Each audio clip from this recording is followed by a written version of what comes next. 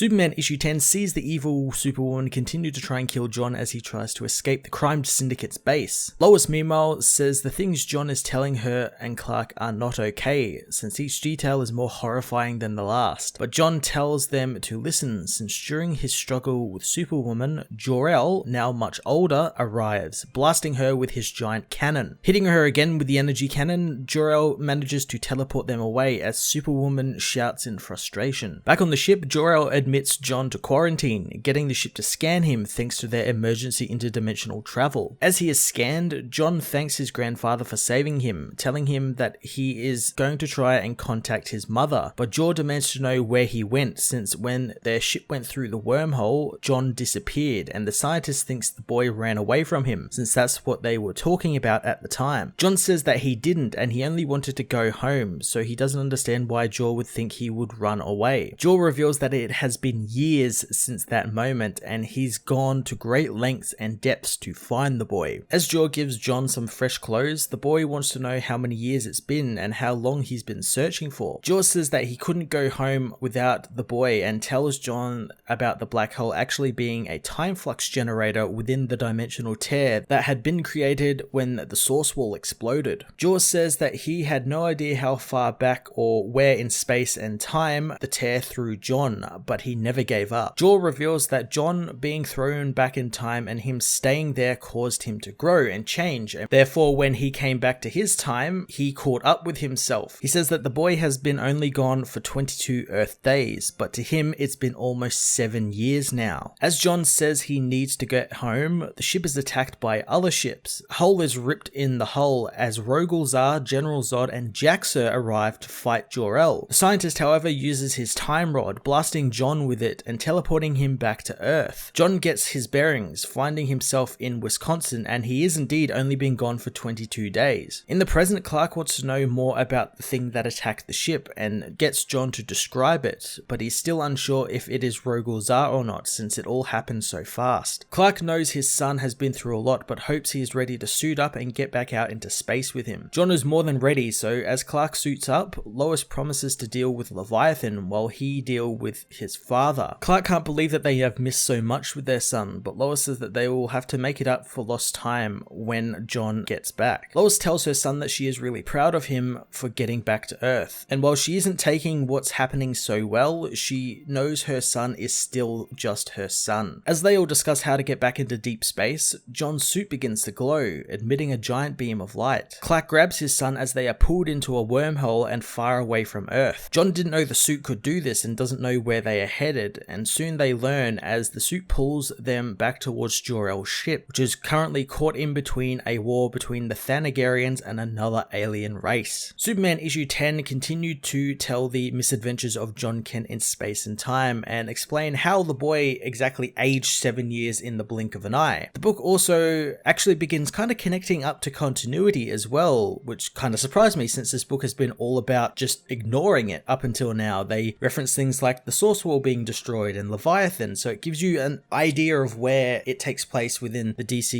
universe at the moment. It is still hampered by the stilted dialogue and Bendis' classic way of using 5,000 words when only 5 are needed. The explanation of Jon's aging is explained well enough, with him disappearing and then him coming back made him age rapidly, and I thought that was actually pretty cool. It's not your usual he was just missing for a certain amount of time and then came back. It's quite an interesting sci-fi concept, but of course still people are going to complain. Rogol Zar's reintroduction seemed interesting since Zod appears to be in league with him now, so while I know the book's dialogue will continue to be strange, I am looking forward to that final big battle that was teased at the end of this issue. That looks quite interesting. I'm intrigued to see why Zod would team with Rogol Zar. I'm going to give this issue a 6 out of 10. Hey everyone, thanks for watching my newest video. If you enjoyed it, you might also like to check out my other reviews here on my channel. You can also follow me on various social media platforms like Twitter by searching Matt_FOS,